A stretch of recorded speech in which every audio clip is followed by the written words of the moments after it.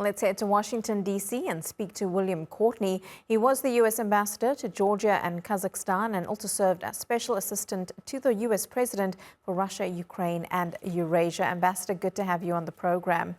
So the Russian president is saying that this is a large-scale provocation. Do you think that this is the case, given Ukraine hasn't struck Russian soil very often since this war started?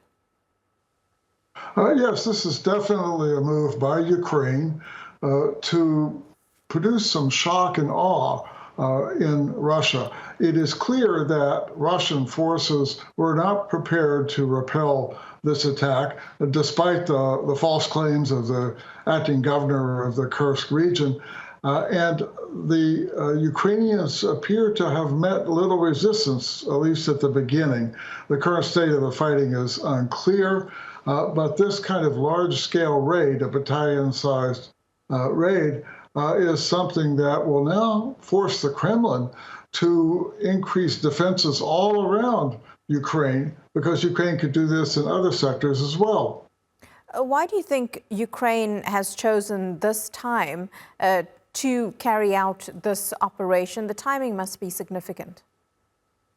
Yes, it has nothing to do with the prospective peace talks, which some may think are coming.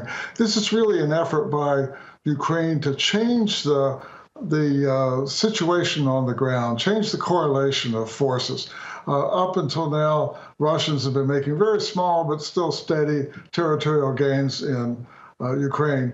Now this is an effort by Ukraine to force the Russians to increase their defenses against Ukrainian raids, and thereby reduce Russia's capability for offensive action against Ukraine.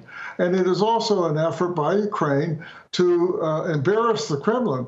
Now it's clear that the Kremlin really is not prepared to defend Russians living in the area around Ukraine.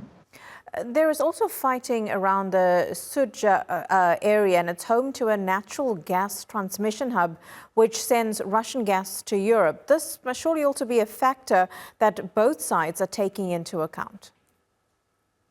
It's still unclear to what extent this is a factor in this larger equation. And Ambassador, do you think that what we've seen play out over the last 24 hours is opening a new front to this war?